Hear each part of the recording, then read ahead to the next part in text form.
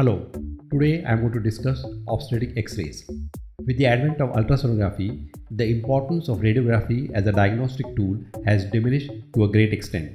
Nevertheless, in the earlier part of my professional career, prior to the ultrasound era, we depended greatly on X-rays for obstetric diagnosis. In this presentation, I will try to make justice to the art of reading obstetric X-rays, a bygone era. The protocol for description of obstetric X-rays is as follows. First, ascertain the type of X-ray taken, whether it is a plain X-ray or a special one.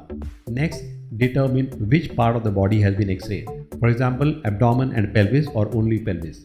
Then describe the view taken, for example, anterior-posterior view, lateral view or oblique view. Next, check for the centralization.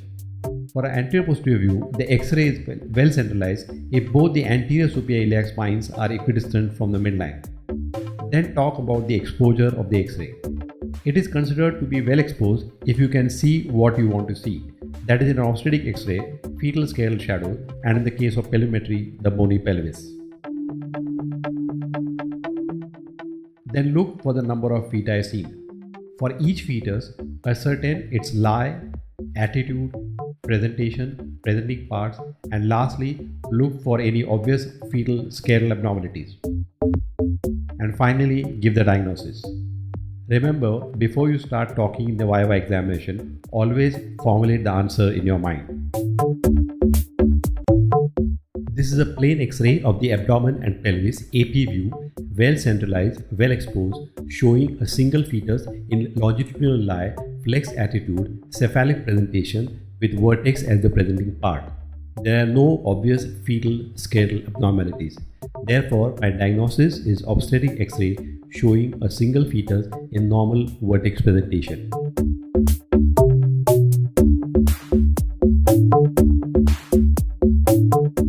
This is a plain X-ray of the abdomen and pelvis AP view, well centralized, well exposed, showing a single fetus in longitudinal lie, deflex attitude with brow as the presenting part. There are no obvious fetal scleral abnormalities. The presenting part is brow because the anterior fontanelle is at a lower level than the mentum and the plane of the face is not perpendicular to the long axis of the vagina. Therefore, my diagnosis is single fetus in brow presentation.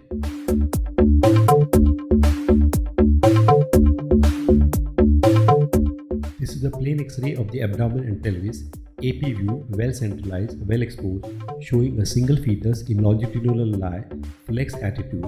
The presentation is breech and the presenting part is double footling. The head is well flexed and there are no obvious fetal scleral abnormalities. Therefore, my diagnosis is single fetus in double footling malpresentation.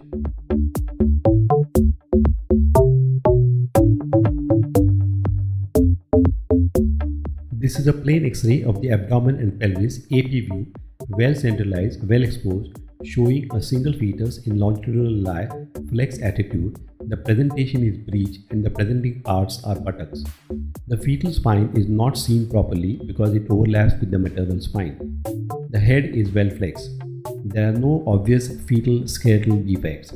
Therefore, my diagnosis is single fetus in frank breech presentation. This is a plain X-ray of the abdomen and pelvis AP view, well centralized, well exposed, showing a single fetus in longitudinal lie, deflex attitude. The presentation is breech and the presenting part is complete breech. The head is on the left side and it is in an extended attitude with the face toward the sky. There are no obvious fetal scleral abnormalities. Therefore, my diagnosis is single fetus in complete breech presentation showing stargazing fetus. This is a plain X-ray of the abdomen and pelvis AP view, well centralized, well exposed, showing a single fetus in transverse lie, flexed attitude. The presentation is shoulder and the presenting parts are both hands. The head is on the right side and it is in a dorso-anterior or dorso-posterior position because the ribs can be seen on either side of the vertebral column. There are no obvious fetal scleral defects. Therefore, my diagnosis is single fetus in transverse lie, right dorso-anterior or posterior position with hand prolapse. This is a plain X-ray of the abdomen and pelvis, AP view, well centralized, well exposed, showing two feti. The fetus on the right side is in longitudinal lie, flex attitude with complete breech presentation, and the fetus on the left side is also in longitudinal lie, flex attitude, complete breech presentation. Heads of both the feti are well flexed. There is no discordancy in fetal size. The twins are lying front to back and therefore cannot be conjoined twins. There are no obvious fetal skeletal defects. Therefore, my diagnosis is twins both in longitudinal lie with breech presentation. This is a plain X-ray of the abdomen and pelvis, AP view, well centralized, well exposed, showing two feti. The first twin is in longitudinal lie, flex attitude, cephalic presentation, and the second twin is in transverse lie, right dorso-inferior position. There is no discordancy in fetal size. There are no obvious fetal skeletal defects. Therefore, my diagnosis is twins with twin A in cephalic presentation and twin B in transverse lie. This is a plain X-ray of the abdomen and pelvis, AP view, not well centralized, well exposed, showing two feti. The first twin is in longitudinal lie, flex attitude, cephalic presentation with vertex as the presenting part. The second twin is in longitudinal lie, breech presentation, complete breech as the presenting part. The head of the second twin is well flexed. There is no discordancy in the fetal size. There are no obvious fetal skeletal abnormalities. Therefore, my diagnosis is twin presentation with first twin in cephalic presentation and the second twin in breech presentation.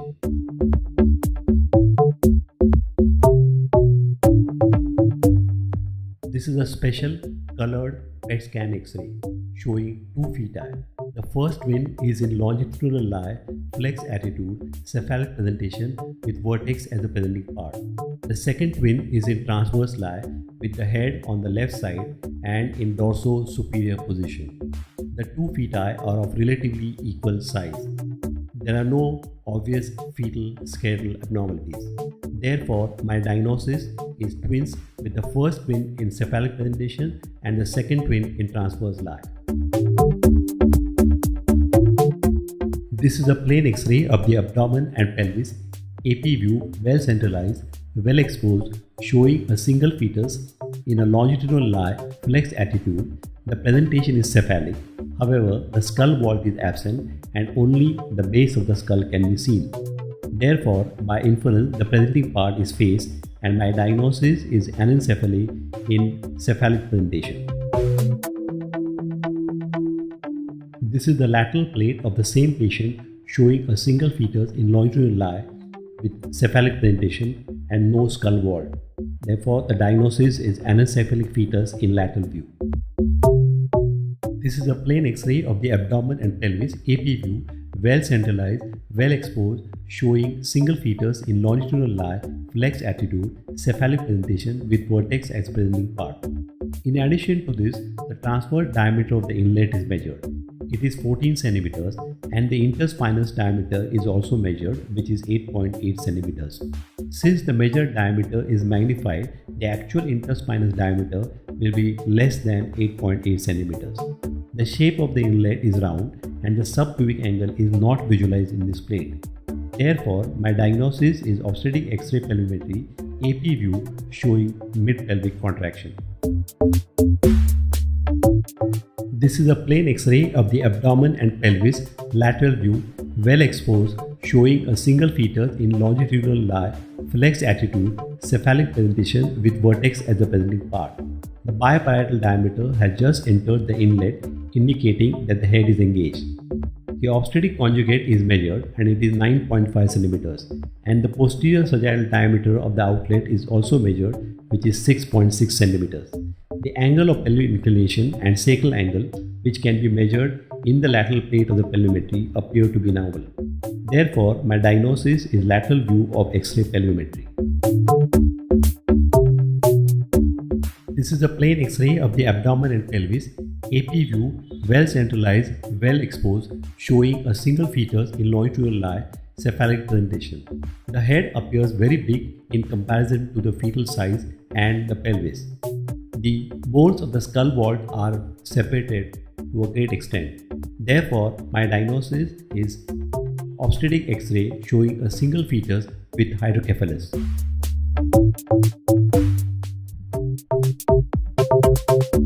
This is a plain X-ray of the abdomen and pelvis, lateral view, well exposed, showing a single fetus in longitudinal lie, hyperflex attitude. The presentation is breech. The whole fetus is rolled into a ball, hence this is called as the ball sign. A halo can be seen around the skull wall, and this is called the Duell's halo sign. And the cranial bones are overlapping, which is called as the Spaulding sign. Therefore, my diagnosis is single fetus in longitudinal lie, breech presentation with intrauterine fetal death. This is a special X-ray, hysterography or intrauterine radio-opaque dye study. The dye in the uterine cavity shows multiple filling defects varying in size from a pinhead to a pea, giving it a characteristic honeycomb appearance. Fetal skeletal shadow is absent. Therefore, my diagnosis is obstetric X-ray showing vesicular mole. This is a plain X-ray of the pelvis AP view showing a calcified shadow which resembles a small prolapsed fetus. The crumpled skull wall bones can be seen very well. Therefore, my provisional diagnosis is a lithopedion.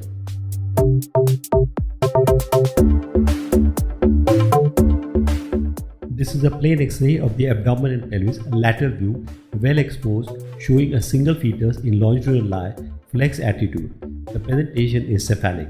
The whole fetus appears to be at right angles to the vertebral column, and the soft tissue shadow of the maternal anteabdominal wall is also seen to be horizontal. Therefore, my diagnosis is single fetus in longitudinal lie in a woman with a pendulous abdomen. This is a special X-ray intravenous urography showing AP view of the abdomen and pelvis, well exposed, well centralized. Both the ureters and pili of the kidneys show dilatation. The right side dilatation is very much more than the left side.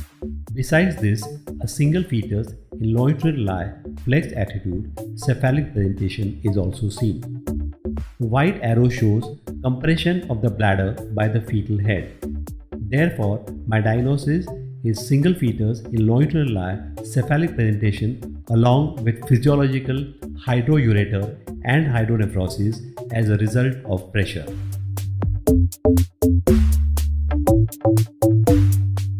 For further reading on this topic and other topics, refer to following textbooks written by me: Practical Obstetrics and Gynecology,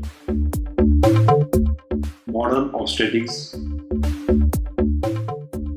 Modern Gynecology, Clinical Cases in Obstetrics Questions and Answers, and Pelvic Reconstructive Surgery.